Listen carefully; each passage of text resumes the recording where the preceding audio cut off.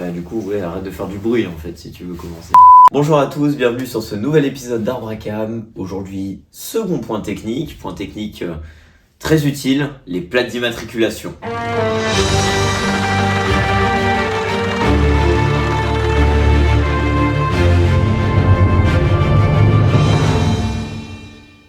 Qu'est-ce qu'une plaque d'immatriculation? Eh bien c'est tout simplement l'équivalent du numéro de passeport de votre véhicule. Voilà. Bon allez, salut, au revoir. Donc, les plaques d'immatriculation servent à identifier un véhicule parmi les autres. Pourquoi? Parce qu'aujourd'hui on se retrouve avec un parc automobile qui est énorme, qui permet justement de différencier deux configurations identiques de véhicules afin de pouvoir affliger les amendes et surtout pouvoir tracer le véhicule. Ça a été instauré pour la première fois en France en 1891. Et tu veux savoir un petit fun fact, mon Nico? C'est que les plaques d'immatriculation ont été créées non loin d'ici, à Lyon. Exactement, c'était pour... alors si je dis pas de bêtises, vraiment pas loin d'ici, c'était pour... C'était au parc de la Tête d'Or, genre à 30 mètres. Oui. On est là où on tourne actuellement, on est à 30 mètres du parc de la Tête d'Or, donc le lieu historique de la création de la plaque d'immatriculation. Et tu sais la raison pour laquelle ils l'ont fait, c'est parce qu'il y avait de plus en plus de calèches, c'est ça, motorisées, ou je sais plus. Ouais, en fait, il y a eu l'explosion du coup du parc automobile, et ce qui a entraîné beaucoup d'incidents. Et à l'époque, pour retracer un incident, on donnait un ticket en fait au conducteur, mais on s'est rendu compte que c'était pas pratique du tout. Ce qu'on va faire, c'est qu'on va enfermer le chat. Dis bonjour à la caméra. One eternity later. Mais donc du coup, reprenons, voilà, les premières immatriculations étaient faites du coup à Lyon, et donc ça s'est étendu au début uniquement sur la ville de Lyon, et ça a pris assez rapidement en fait finalement le niveau national. Après, les plaques d'immatriculation étaient ce qu'elles étaient. Globalement, on a commencé à rajouter des chiffres quand on a eu beaucoup plus de véhicules dans le parc automobile, jusqu'à arriver du coup en 1955 où on vient du coup donner un premier format de plaque d'immatriculation qui va vraiment faire foi, venir aussi s'imposer en France comme étant une façon d'immatriculer les véhicules. Le FNI, c'est un format qui est départemental, donc en fait qui était géré du coup par les départements et qui s'est vu mourir en 2009. Donc on a tous connu ces plaques, les fameuses plaques jaunes sur fond jaune qui étaient dégueulasses avec du coup le numéro du département qui faisait réellement partie du coup de l'immatriculation du véhicule et qui avait une importance. Et en fait c'était composé de 4 chiffres et de lettres. Alors, à l'époque quand même, truc important, fun fact, si t'avais un copain bien placé... Oui, tu pouvais choisir ton numéro à la préf. Tu pouvais choisir. Et mon père, à l'époque, il avait un coupé 406 et il avait mis, ce copain, il avait mis 406 SH89 en plaque. Il était content. Regarde, t'as vu, c'est le même modèle que la plaque. Je veux dire, papa. Ouais, mais il fallait avoir, on pouvait avoir des copains. Ce qui est globalement aujourd'hui ne fonctionne plus, c'est même quasiment impossible d'avoir 2 plaques qui se suivent. Donc c'est pour vous dire en fait l'ampleur et le côté vraiment monstrueux du nombre d'immatriculations qu'on a tous les jours de recensés en France. Comme quoi le marché français fonctionne toujours aussi bien. En 2009, cette fois-ci, on décide du coup de changer de format de plaque d'immatriculation pour passer sur un format qui va permettre d'avoir beaucoup plus de véhicules à immatriculer. Donc, ils avaient prévu la fin du FNI en 2020, et il faut s'avérer que la transition du coup s'est faite en 2010. Elle devait être un petit peu plus douce, mais au final, ils ont décidé d'arrêter d'immatriculer le FNI. Voilà. En disant d'un coup, on passe à la suite, le SIV, système d'immatriculation pour véhicules. Il n'y a rien de plus simple en termes d'acronyme. Ça représente les plaques qu'on reconnaît tous les jours, donc à savoir 2 lettres, 3 chiffres, 2 lettres. Avec du coup le département qui cette fois-ci ne sert absolument à rien. Pour une raison très simple, c'est que aujourd'hui vous avez toute l'égalité, la possibilité de prendre n'importe quel département, celui qui vous plaira. Voilà. Alors bien évidemment, les stickers étant interdits sur les plaques d'immatriculation, oui. Du coup il faut commander des véritables plaques d'immatriculation sur internet où vous pouvez faire changer justement la région pour pouvoir vous mettre dans la région que vous souhaitez. Et il s'avère que les plaques les plus immatriculées ces dernières années sont les plaques corse. Voilà. À savoir pourquoi. Plaqué corse, comme ça t'es sûr que tu te fais pareiller la voiture. Voilà, la personne à côté elle réfléchit, il est plaqué corse. Alors que le mec est un parigot de merde du 16e. Et il faut savoir du coup que ce nouveau format permet d'avoir une combinaison de 277 977 444 plaques. Ça fait beaucoup. Et encore, il pourrait y en avoir plus. Pourquoi ? Parce que il y a certaines particularités sur les plaques qui sont interdites. Déjà, en termes de lettres, il y a des lettres qui n'existent pas, comme le I, du raison de sa trop proche confusion possible avec le 1. Il y a aussi le O, pour les mêmes explications avec le 0.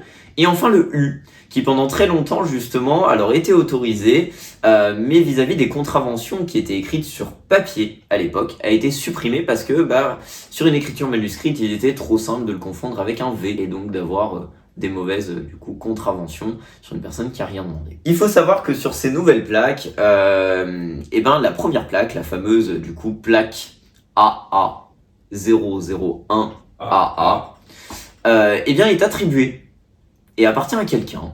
C'est sur une Mazda 6 qui appartient à Mazda France, qui a décidé d'immatriculer la première plaque, et donc qui a toujours, je pense, en tout cas ce serait vraiment très débile de ne plus avoir cette voiture. Si vous l'avez croisé, n'hésitez pas à mettre dans les commentaires que vous l'avez vu, que vous connaissez. Vous savez où c'est déjà ? Ce serait ouf, parce que je ne pense pas qu'elle roule. Chasing de Mazda 6, ça pourrait faire un vlog ça. On cherche la Mazda 6. On va le faire. Ah, oui. Je vous promets, on va le faire. La première plaque. Et il faut savoir qu'aussi, sur beaucoup de campagnes publicitaires, il y a aussi cette fameuse plaque AB123CD, qui existe aussi. On peut souvent remarquer aussi, souvent les conducteurs les plus fous sont avec des plaques W. Alors eux, on a croisé un là il y a pas si longtemps, ouais, c'est vrai. Un mec un peu énervé en rentrant justement de l'essai que vous aviez vu il y a 2 semaines. Un peu énervé, voilà, il prenait quelques routes à 130 qui n'étaient pas destinées à être des routes à 130 et qui étaient plaquées W, donc plaquées garage. La voiture appartient encore à un garage, c'est une immatriculation temporaire. Temporaire, jusqu'à ce que le véhicule soit vendu. Voilà. Et donc merci à la Peugeot 208 folle justement. Je pense que le mec a claqué le PureTech en rentrant au garage, voilà, donc j'espère que personne n'achètera cette voiture parce qu'elle a déjà été bien testée. De même que les plaques WW sont des immatriculations provisoires dès lors que vous avez acheté votre véhicule. C'est une plaque d'immatriculation qui vous permet déjà de sortir de chez vous, de partir avec le véhicule, et puis en attendant la demande de carte grise auprès de la préfecture. C'est des plaques que vous pouvez garder, je crois, maximum 6 mois. En vrai, j'ai acheté que des véhicules d'occasion, donc je sais pas. On a parlé de ces plaques un petit peu particulières, des lettres qui ne sont pas sur les plaques. Et parlons des... on a tous petits un peu regardé les plaques et dire il a une plaque PD, il a une plaque PQ, une plaque WC. Voilà. Ça malheureusement ces plaques existent. Moi j'avoue que ça reste un critère très très important dans le choix du véhicule. Quand bien même c'est une très bonne voiture dont je rêve, j'en trouverai une autre. Voilà. Il faut savoir qu'il y a une seule combinaison de lettres qui est interdite et qui n'existe pas. C'est la plaque SS. Je vous fais pas de dessin, je pense que c'est à cause d'un petit moustachu qui avait souvent le bras tendu, mais la plaque SS du coup n'existe pas et est impossible à avoir. Bon après vous pouvez très bien, si vous êtes partisan de ce parti politique, avoir une plaque AH, ça marche aussi. Fun fact, un ami à moi avait une Saxo 1 litre 1i le plus simple au monde, 60 chevaux. Et il avait il faisait partie des premières plaques, il est un peu plus âgé que moi, et il avait FN sur sa plaque. Oui, aussi FN, c'est vrai. FN, ouais. Il s'est fait rayer sa voiture dans tous les sens, prenait des coups de clé. Alors qu'il l'a pas choisi la plaque, c'était pas... Mais c'est parce qu'en fait, je pense qu'au début des plaques, les gens n'étaient pas au courant qu'en fait on ne choisit pas. Je pense. Parce qu'avant, on pouvait avoir un ami à la préfecture et choisir. Mais du coup, même dans tous les cas, si vous n'aviez pas d'ami à la préfecture, vous ne choisissiez pas non plus. Et il faut savoir que moi, j'ai réussi à choisir une plaque. Donc il y a une plaque qui n'existe pas. Parce que j'ai déjà, en fait, c'est un système géré par la NTS, donc l'Agence nationale des titres sécurisés. Et donc, en fait, quand un numéro de plaque est rentré, il n'existe plus. Mais sauf que, en fait, quand vous êtes assez loin de votre numéro de plaque, vous pouvez quand même choisir. Je vous le dis tout simplement parce que, ayant eu un ami en stage chez Renault, j'ai réussi à avoir une plaque que j'ai essayé de retrouver justement, mais suite à un déménagement, elle n'est plus chez moi. Donc, mais une plaque que j'avais pu lui demander, du coup, véritable, etc., qui a été imprimée, donc supprimée de la NTS, parce qu'elle a été déjà attribuée. Donc j'ai une plaque LR avec mes initiales 007 RK. Voilà. Sympa. Voilà, mais du coup plaque qui n'existera jamais. Alors bon, bah globalement on voit beaucoup de plaques comme ça, hein. Franchement c'est plus de 98, soit 99% de notre parc automobile. Il existe aussi, alors vous avez déjà vu, vous me direz oui, mais les anciens véhicules, ils ont pas ces plaques-là, il y en a ils sont en plaque noire, et je comprends pas, et machin, et trucs. Alors très bien, il faut savoir qu'un véhicule est considéré comme un véhicule de collection s'il est antérieur à 1993. Déjà. Ce qui peut permettre d'avoir des plaques collection sur certains véhicules, sur certains modèles, pas sur tous. Hein, si vous avez le Volvo Break, vous pouvez pas avoir... Voilà, qui roule à l'huile de friture depuis 35 ans, vous pouvez pas avoir une plaque noire, mais en tout cas, il y a certains véhicules qui sont considérés comme collection, qui peuvent avoir ces fameuses plaques noires, du coup, à l'ancien format. Donc, fond noir avec lettrage blanc ou gris. Et ça demande aussi un changement de carte grise. Hein. Tu dois passer ta carte grise en collection. Et aussi ton assurance, du coup. Et il faut que ça soit un véhicule d'intérêt. Et oui, il faut que ce soit un véhicule d'intérêt, ce qui permet aussi d'avoir dans les grandes villes la fameuse vignette critère collection pour pouvoir polluer un max, mais rouler plus t'en bats les couilles parce que bah de toute façon t'es collection. T'es en ZFE. Donc t'as le droit. C'est quand même la meilleure partie du monde. Donc ça, ces plaques-là sont légales dans le sens où si vous avez les papiers en adéquation, vous pouvez le faire. Seulement un format de plaque reste illégal, celui d'avoir les bandes noires sur le côté. Qui, du coup, aucun retrait de points ni quoi, mais ça vous vaut une amende de 135 €. Après, il faut savoir que ça va dépendre de par qui vous vous faites contrôler, si c'est la gendarmerie, si c'est la police nationale, etc. Ça ne change rien, mais c'est beaucoup à l'appréciation de la personne qui va vous contrôler. Il y en a qui, globalement, n'en ont rien à cirer, et donc ne vont pas vous mettre l'amende, et d'autres qui vont vous réprimander. Donc en fait, on ne peut pas savoir. Pour l'instant, je me suis fait arrêter une fois. On m'a rien dit pour les plaques noires, donc moi, tant que je prends pas 135 balles, je garderai mes plaques noires. Une fois que je les aurais pris, par contre, je pense que j'aurais plus trop envie de les reprendre, donc je mettrai des bleus. Alors là, bah du coup, c'est tout pour les véhicules civils. Il faut savoir qu'il y a d'autres types d'immatriculation en France qu'on a un petit peu moins l'habitude de voir. Alors bon, je pense que certains d'entre vous, si vous vivez dans les campagnes, vous n'êtes jamais allé à Lyon ou à Paris, ou dans vraiment les très très grandes villes, vous ne savez pas ce qu'est une plaque verte avec du coup une écriture orange. Vous en avez peut-être jamais vu. C'est possible, hein, parce que bah, de toute façon, moi j'ai vu mes premières plaques, mes plaques diplomatiques du coup, quand je suis arrivé à Lyon. Une plaque diplomatique, c'est un format un petit peu particulier. Alors déjà, ça vous offre une immunité. C'est quand même plutôt pas mal. Voilà. Vous n'êtes pas contrôlé. Pour une raison très simple, c'est qu'en fait, souvent, bah, du coup, on a un diplomate à l'intérieur.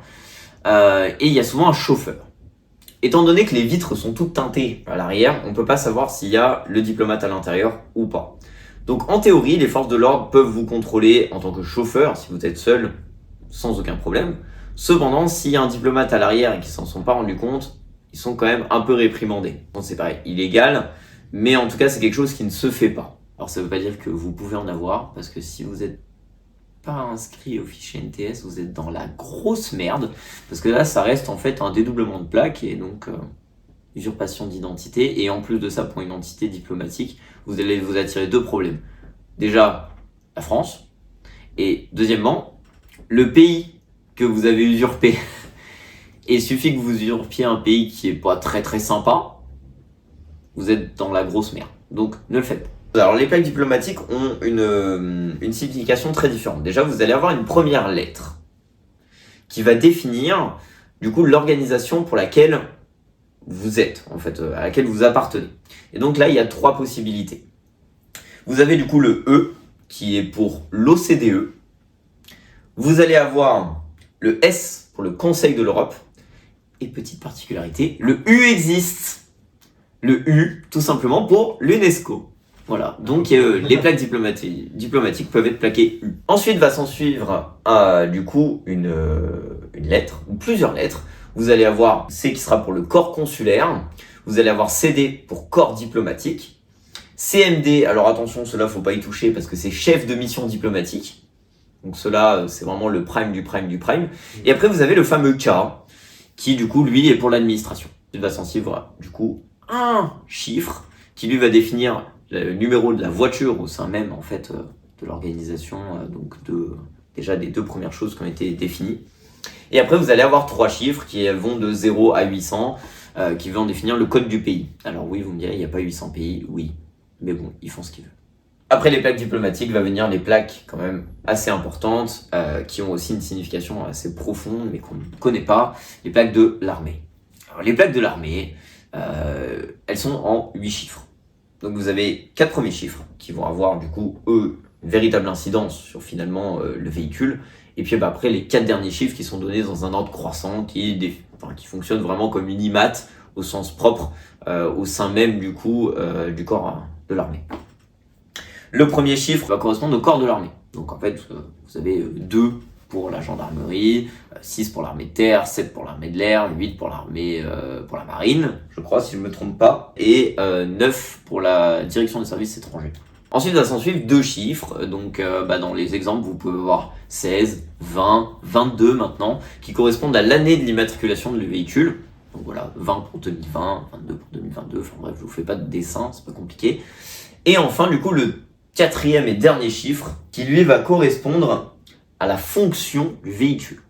Ça veut dire que du coup, vu que c'est l'armée, vous avez tout type de véhicule, mais ils doivent être quand même immatriculés. Donc vous avez 1 pour les voitures légères, 2 pour les camionnettes, enfin voilà, je vais vous mettre la liste parce que c'est très long, mais voilà, ça va jusqu'à 8 pour les véhicules blindés, je crois, enfin bref, en tout cas, tous les véhicules sont immatriculés, puis après, comme je l'ai dit, les 4 autres chiffres sont de manière croissante. Il faut savoir qu'il existe un autre type de plaque, alors bon, on n'avait pas véritablement parlé parce que c'est pas véritablement une plaque qui est utile. C'est, je ne sais pas si vous avez déjà vu, les plaques au format civil mais avec un fond rouge qui représente en fait une plaque provisoire, notamment compte tenu des véhicules importés. Et donc il y a une date en fait de validité. C'est-à-dire que vous avez une date, donc un 10 2024 par exemple, pour dire que la plaque va être valide jusqu'en octobre 2024. Donc c'est une immatriculation provisoire de véhicules en transit. Tout comme on va pouvoir retrouver ce genre de plaques, et beaucoup en Allemagne aussi, parce que nous dans notre sens, on connaît plutôt les plaques allemandes, parce qu'on importe plus de véhicules allemands en France que de véhicules, que de véhicules français exportés, en tout cas c'est ce qu'on voit le plus. Et globalement, ces plaques-là sont encore plus précises parce qu'elles n'ont pas un mois ni une année, elles ont aussi un jour de validité. Donc en général, c'est des plaques qui sont valables 2 semaines. Pour passer de manière un petit peu plus générale, on s'est pas mal concentré sur la France, mais c'est vrai que c'est ce qui nous intéresse un peu le plus, vu que c'est francophone, qu'est-ce qu'on en a à cirer du reste. Mais il faut savoir qu'il y a aussi pas mal de fun facts sur les plaques étrangères, c'est pour ça que c'est assez intéressant, notamment qu'en fait, tous les pays ont un format de plaque unique, sauf les États-Unis. Parce qu'en plus, les États-Unis ont une plaque plus petite, avec moins de numéros et moins de chiffres, et du coup, moins de lettres non plus. Et donc, ce qui les oblige à avoir une plaque par État, finalement. Donc, ce qui, en fait, comme eux, c'est comme s'ils avaient un fonctionnement départemental très poussé. Et l'avantage, c'est qu'elles ont toutes un peu une couleur différente, donc c'est vrai que c'est quand même beaucoup plus pratique. Autant en France, le blason ou alors le numéro apparaît en petit. Voilà, pour eux, c'est quand même des couleurs, une charte graphique, etc. Donc vous imaginez, connerie, course-poursuite en plein New York, il est plaqué Californie. Au lieu de commencer à vous prendre la tête à devoir lire tous les numéros, vous voyez déjà s'il est plaqué Californie ou pas. Comme ça, vous savez si c'est le bon. Assez pratique dans leur fonctionnement, étant donné que je pense que ça représente un des de véhicules les plus monstrueux au monde. Il y a aussi quelque chose d'assez intéressant, c'est que on peut avoir des plaques personnalisées. Alors en Europe, il reste un pays où c'est possible, ça s'appelle la Belgique, où vous pouvez payer pour avoir votre plaque avec écrit ce que vous voulez dessus. Le meilleur exemple reste du coup POG, qui globalement fait écrire n'importe quoi sur ses plaques. Ce qui est quand même plutôt cool, quitte à payer. Et du coup, ça fait partie des pays où, globalement, la plaque ne suit pas la voiture, mais suit le conducteur. Tout comme on peut avoir en Suisse. Alors, c'était pas un exemple parce que la Suisse n'est pas en Europe. Idem en Angleterre, où vous pouvez payer pour avoir une plaque personnalisée en Angleterre et donc garder votre plaque.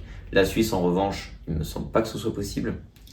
La Suisse, par contre, vous permet de rouler 2 véhicules avec une seule plaque. Parce que la plaque est personnelle et vous pouvez même avoir des plaques magnétiques, donc en fait c'est très simple, vous changez de manière très basique. T'arrives dans ton garage, tiens aujourd'hui, hop. J'essaierai de vous retrouver la vidéo, j'ai vu ça, quelqu'un qui arrive et qui prend sa plaque comme ça, qui la change de véhicule au calme. C'est bon, et puis après, je peux sortir.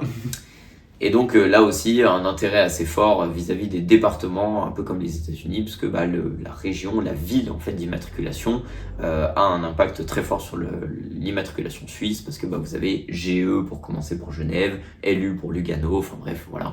Toutes les plaques commencent par la ville d'immatriculation du véhicule en Suisse. Monaco aussi, non? On peut choisir ses plaques. Monaco, on peut choisir ses plaques, comme dans toutes les principautés. Où globalement, de toute façon, il y a 1000 véhicules, voilà, et puis T'as de les l'argent. personnes, en fait. Donc, globalement, oui, on peut choisir ses plaques également. Alors, par contre, vous ne pouvez pas écrire des choses en elles-mêmes. Parce que, du coup, ce qui, par contre, est le cas en Belgique, etc. Donc, vous pouvez choisir la lettre et le numéro, mais basta. Quelqu'un qui avait écrit nul en Angleterre, justement. Non, mais no joke. Il avait écrit nul, et en fait, s'est fait flasher plein de fois, etc. Et du coup, en fait, il a jamais reçu les amendes. Parce que, en gros, ça expliquait que la plaque était pourrie, en fait, qu'il n'y avait rien. Et un jour, du coup, au terme d'une enquête, ils l'ont retrouvé, il a dû payer plus de 6000 balles. Bah, Voilà. le pauvre. Mais c'était une idée de génie. Après, il existe forcément des plaques qui sont quand même très très belles. Hein. On parlait des plaques des principautés. Pour moi, ça reste quand même les plus stylées. Voilà, la plaque de la principauté de Saint-Marin. Ce petit bleu azur, là. Le bleu azur et tout, sur un petit format. Ça c'est très frais. Même Monaco à côté, je trouve ça pas moche, mais je trouve que ça a moins de charme. Ça a moins de charme, oui. C'est bleu azur, c'est les vacances, quoi. C'est les plaques de vacances. On dirait les plaques souvenirs qu'on ramène. Tu sais, ça c'est le souvenir préféré des beaufs. Ils ramènent une petite plaque avec écrit je suis allé à New York avec. Ouais, ça c'est le souvenir préféré qu'on a tous ramené, hein, on va pas se mentir. Voilà, les plaques des principautés, que ce soit Saint-Marin, Monaco, Andorre, restent quand même vachement stylées. Andorre avec le petit coquillage. On dirait que c'est des plaques sponsorisées Shell. C'est trop rire. Le Vatican? Le Vatican aussi, oui, le Vatican. Le Vatican, Ouais, y a quoi? il y a une voiture, 4 papas mobiles. Ouais, voilà. Il y avait Nenzo, ils avaient pas. Si, ils avaient Nenzo. Ils avaient Nenzo à une époque. Oui, mais après Lambo et tout, Lambo, Ferrari ont tout offert au pape, hein, donc c'est le côté gratuit, quoi. Tout simplement pour qu'il signe la voiture et faire un coup de pub. Mais moi, je veux être pape, hein. Je veux bien être pape aussi. Hein. Moi, je veux bien être pape. D'ailleurs, le pape Lino était le deuxième pape de la chrétienté. Hein. Je pourrais reprendre mon titre. Alors là, on n'est plus sur le point technique, mais sur le point culture. Hein. Alors, on est sur le point ecclésiastique. Et puis, petite mention spéciale. Alors, en dehors des plaques de principauté, il y a une plaque quand même que je trouve vachement stylée, qu'elle soit en diplomatique ou en classique. C'est la plaque russe. Pourquoi ? Parce que vous pouvez avoir globalement 777 sur votre plaque. Après, ça reste très basique, hein, c'est fond blanc, écriture noire, il y a juste le drapeau de la Russie dessus. Mais vous pouvez aussi avoir, quand vous êtes diplomate, les plaques rouges là-bas. Plaque rouge, écriture blanche avec le 777. Là, vous êtes arrêté par personne. Ouais. Là, franchement, moi, je veux débarquer en France avec ces plaques-là. Déjà, une plaque russe, ça fait un peu flipper. En plus, si elle est rouge, là, vous avez la tranquillité absolue. Vous pouvez faire du 300 en ville. Personne ne vous arrêtera. De toute façon, déjà, personne ne pourra. Hein, mais surtout, personne n'osera. Les Russes ne reviendront pas. C'est un peu compliqué, là. Les Russes, c'est un peu compliqué. 6 points importants aussi, que j'ai oublié. L'Arabie Saoudite. Intéressant. Très Intéressant niveau immatriculation. Pourquoi, me direz-vous? Alors tout le monde le sait, c'est que les gens achètent leur plaque. Mais quel est l'intérêt d'acheter sa plaque? Parce qu'en fait, le but d'acheter sa plaque en Arabie Saoudite est d'avoir le numéro le plus proche de 1. Pourquoi? Pas parce que c'était la première IMAT, tout simplement parce que le 1, du coup, c'est le prince ou le roi. Voilà, en tout cas, ça veut dire que plus vous êtes proche du 1, plus vous êtes proche de la famille royale. Donc il y en a qui sont prêts à débourser des dizaines de millions pour immatriculer. En fait, la plaque, globalement, coûte plus cher que la voiture. Donc en vrai, il y en a qui sont prêts à débourser des sommes astronomiques. On parle de 18, 20, 23 millions pour avoir droit de porter ces plaques d'immatriculation sur leur voiture. Et donc, globalement, est-ce que c'est le summum de la richesse ? En disant, les voitures sont pas assez chères pour moi. Je vais rigoler un peu plus et puis me rajouter un défi où on va devoir payer une plaque d'immatriculation. Oui, c'est une question d'ego, quoi. Moi je suis 250e. Ouais. Mais ils peuvent se permettre, vu les économies qu'ils font sur l'essence. On vous renvoie à notre premier point technique sur les carburants. Bon, sur ce, je pense qu'on a à peu près tout dit. Hein. Globalement, les plaques d'immatriculation, c'est un sujet intéressant. Il y a des choses qu'on ne savait pas, des choses qu'on savait, des choses où on s'en rend compte complètement. Enfin bref, voilà. De toute façon, c'est la définition même d'un point technique. C'est enfoncer des portes ouvertes et puis aller chercher quelques petites portes cachées quand même, parce qu'il y a toujours une petite subtilité. J'espère que ce point technique, ce second vous a plu. Le prochain, on a une idée. N'hésitez toujours pas, si vous avez des idées de choses qui n'ont pas été faites. Comme on a dit dans le précédent point technique, on a déjà quelques petits stocks Mais s'il y a des choses qui n'ont pas été abordées, n'hésitez pas, vous voulez qu'on réaborde pour qu'on puisse voir un petit peu, de manière un petit peu ludique et complètement débile, certaines particularités de nos véhicules. N'hésitez pas à le mettre en commentaire, ça fait toujours plaisir. Likez, partagez la vidéo. Et surtout, abonnez-vous, c'est important. On a besoin de ça pour être monétisé. Donc, Ouais.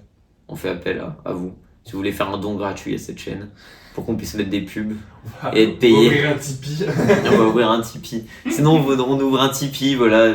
C'est soit le Tipeee, mais bon, ça vous engage à donner de l'argent. Là, au moins, vous pouvez faire un don d'argent indirect en étant gratuit, ce qui nous permettra du coup de ramasser de l'argent et d'arrêter de travailler. Allez, sur ce, je vous souhaite de passer une très bonne journée et puis à très bientôt dans une prochaine vidéo. Allez, Tchuss. bisous hein.